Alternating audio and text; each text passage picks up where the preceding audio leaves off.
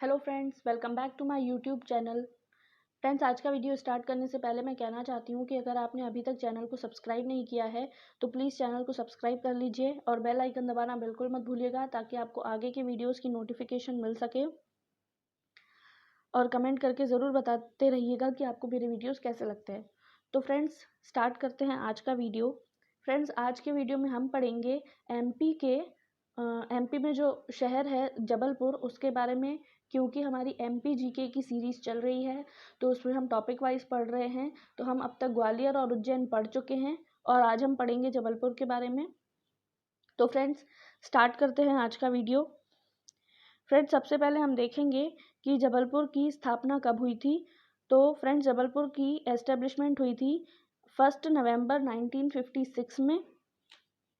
तो फ्रेंड्स, ये आपको याद रखना है कि जबलपुर की स्थापना कब हुई थी। फ्रेंड्स, उसके बाद देखते हैं कि जबलपुर कौन सी नदी के किनारे बसा हुआ है। तो फ्रेंड्स, जबलपुर नर्मदा नदी के किनारे बसा हुआ है। तो ये आपको याद रखना है, ये इम्पॉर्टेंट है आपके एग्ज़ाम के लिए। तो जबलपुर नर्मदा नदी के किनारे बसा हुआ है। और जबलपुर जो है फर्स्ट नगर निगम बना था मध्य प्रदेश का 1964 में। तो ये भी आपको याद रखना है, आपके एग्ज़ाम में आ सकता है कि मध्य प्रदेश का फर्स्ट नगर निगम कौन सा शहर बना था, तो वो जबलपुर था।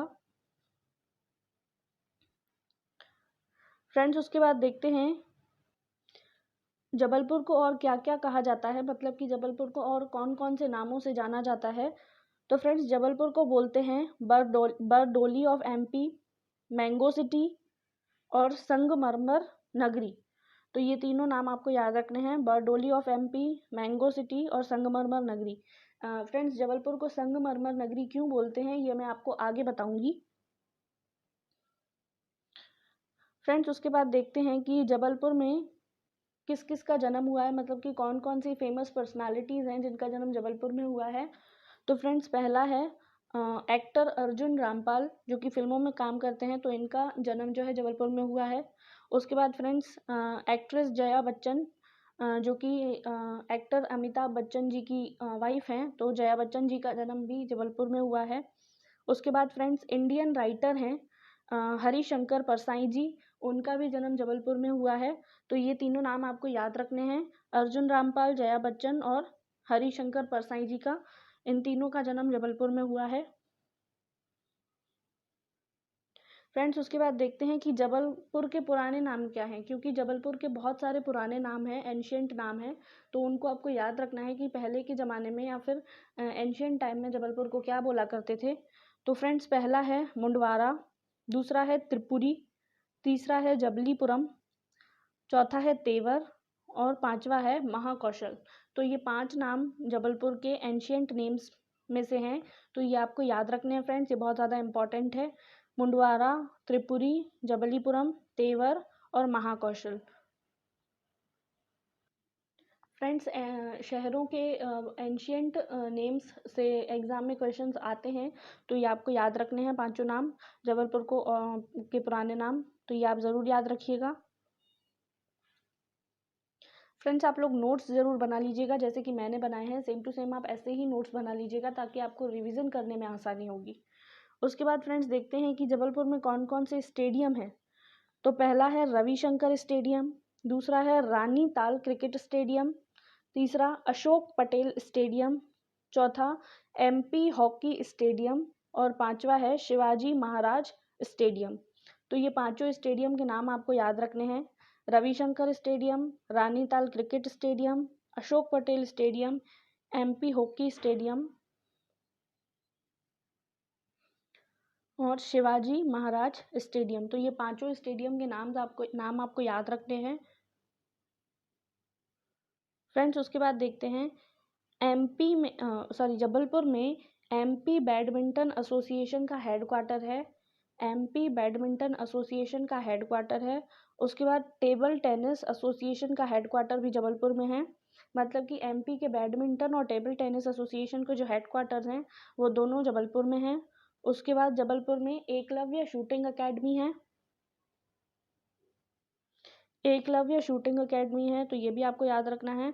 और उसके बाद मध्य प्रदेश का जो इलेक्ट्रिसिटी बोर्ड का हेडक्वार्टर है वो भी जबलपुर में है।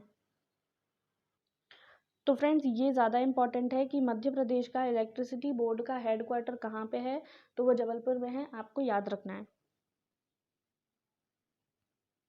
उसके बाद फ्रेंड्स रानी दुर्गावती से रिलेटेड बहुत सारी चीज़ें हैं जबलपुर में जो कि आपको याद रखनी है। जैसे कि रानी दुर्गावती की समाधि जबलपुर में है, रानी दुर्गावती विश्वविद्यालय या फिर जिसको जबलपुर विश्वविद्यालय भी कहते हैं तो ये जबलपुर में है, रानी दुर्गावती संग्रहालय, रानी दुर्गावती फोर्ट यानी कि रानी दुर्गावती का किला भी जबलपुर में है, और रानी दुर्गावती एयरपोर्ट, और रानी दुर्गावती एयरपोर्ट को दुमना एयरपोर्ट भी बोलते हैं। तो दुमना एयरपोर्ट और रानी दुर्गावती एयरपोर्ट दोनों एक ही हैं, तो ये जबलपुर में है, आपको याद रखना है। उसके बाद रानी दुर्गावती अवार्ड भी दिया जाता है जिसकी प्राइस बनी 2 लाख रुपीज़ होती है और इसकी शुरुआत 2008 से की गई है फ्रेंड्स, तो ये आपको याद रखना है। रानी दुर्गावती अवार्ड जिसकी प्राइस मनी 2 लाख होती है और इसको 2008 से शुरू किया गया है। तो ये रानी दुर्गावती से रिलेटेड जो कुछ भी जबलपुर में है वो सब आपको याद रखना है फ्रेंड्स। उसके बाद मैंने आपको बताया था कि जबलपुर को संगमरमर नगरी बोलते हैं, तो ऐसा क्यों बोलते हैं वो मैं आपको बताती हूँ। फ्रेंड्स जबलपुर में भेड़ाघाट नाम की जगह है, आपने सुना ही होगा कि जबलपुर में भेड़ाघाट नाम की जगह है, बहुत ही ज़्यादा फेमस है। तो फ्रेंड्स यहाँ पे ना संगमरमर की चट्टानें हैं और यहाँ पे झरने हैं काफ़ी सारे। तो संगमरमर की चट्टानों के कारण, सफ़ेद संगमरमर की चट्टानों के कारण भेड़ाघाट को संगमरमर नगरी बोलते हैं, तो इसीलिए जबलपुर को संगमरमर नगरी बोलते हैं। तो भेड़ाघाट की वजह से जबलपुर को संगमरमर नगरी बोलते हैं, तो ये आपको याद रखना है। उसके बाद फ्रेंड्स भेड़ाघाट में 64 योगिनी मंदिर है जिसको युवराज देव फर्स्ट ने बनवाया है, तो ये आपको याद रखना है कि जबलपुर में 64 योगिनी मंदिर भी है भेड़ाघाट में। उसके बाद फ्रेंड्स अमृत लाल बेगर जो कि एक राइटर हैं, उनका जन्म भी जबलपुर में हुआ है।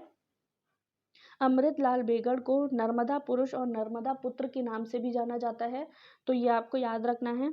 उसके बाद फ्रेंड्स जो मध्य प्रदेश की फर्स्ट रेल जो चली थी वो इलाहाबाद से लेकर जबलपुर तक चली थी, तो ये आपको याद रखना है। फर्स्ट रेल ऑफ स्टेट जो चली थी वो चली थी इलाहाबाद से जबलपुर तक। उसके बाद फ्रेंड्स जबलपुर में सुभद्रा कुमारी समारोह मनाया जाता है हर साल, तो ये आपको याद रखना है, सुभद्रा कुमारी समारोह मनाया जाता है हर साल। ओके फ्रेंड्स, अब देखते हैं कि जबलपुर में कौन कौन से वाटरफॉल्स हैं, मतलब कि कौन कौन से झरने हैं जबलपुर में। तो पहला है निदान वाटरफॉल्स, दूसरा है घुघरा वाटरफॉल्स, तो ये दोनों नाम आपको याद रखने हैं, निदान और घुघरा वाटरफॉल्स। उसके बाद friends states first pink city, Madhya Pradesh की पहली पिंक सिटी जो है वो जबलपुर में है। फ्रेंड्स यहाँ पे यहाँ पे नाम लिखना मैं भूल गई हूँ, तो आप लोग लिख लेना। फर्स्ट पिंक सिटी जो है वो है मदन महल, जबलपुर में मदन महल नाम की एक जगह है और उसी को फर्स्ट पिंक सिटी के नाम से जाना जाता है, तो ये आप लोग नोट कर लेना कि फर्स्ट स्टेट की पहली पिंक सिटी जो है जबलपुर में है और पिंक सिटी का नाम क्या है, मदन महल। उसके बाद फ्रेंड्स स्टेट की मतलब कि मध्य प्रदेश की पहली ई लाइब्रेरी जो कि ब्लाइंड स्टूडेंट्स के लिए बनाई गई है वो जबलपुर में बनाई गई है। ब्लाइंड स्टूडेंट्स के लिए मतलब कि जो देख नहीं सकते उनके लिए लाइब्रेरी बनाई गई है, ई लाइब्रेरी, और वो जबलपुर में बनाई गई है। और फ्रेंड्स उसके बाद है जबलपुर में जवाहरलाल नेहरू एग्रीकल्चर विश्वविद्यालय, तो ये इम्पॉर्टेंट है, ये काफ़ी एग्जाम्स में पूछा जाता है और पूछा भी गया है कि जवाहरलाल नेहरू एग्रीकल्चर विश्वविद्यालय कहाँ पर है, तो ये आपको याद रखना है कि ये जबलपुर में है। तो फ्रेंड्स ये था पूरा जबलपुर का जीके। आई होप आपको समझ में आया होगा, आपने अपने नोट्स बना लिए होंगे और आपको याद भी हो गया होगा। मैंने ट्राई किया कि आपको याद हो जाए मेरे साथ साथ ही, तो आप इसको ज़रूर पढ़िएगा। आपके रिवीजन के लिए आप ऐसे ही छोटे छोटे नोट्स बनाइएगा ताकि आपको डिफ़िकल्टी ना हो आपके एग्ज़ाम के समय रिवीजन करने में। तो फ्रेंड्स कमेंट करके ज़रूर बताइएगा कि आपको मेरा वीडियो कैसा लगा और आपको जबलपुर का जीके समझ में आया या नहीं, तो आप ज़रूर कमेंट करके बताइएगा। अब मिलेंगे हमारे अगले वीडियो में ऐसे ही किसी एक टॉपिक के साथ। और आप कमेंट करके भी ज़रूर बताइएगा, अगर आपको किसी टॉपिक की नीड हो तो मैं ज़रूर ट्राई करूँगी उस पर वीडियो बनाने की। तो फ्रेंड्स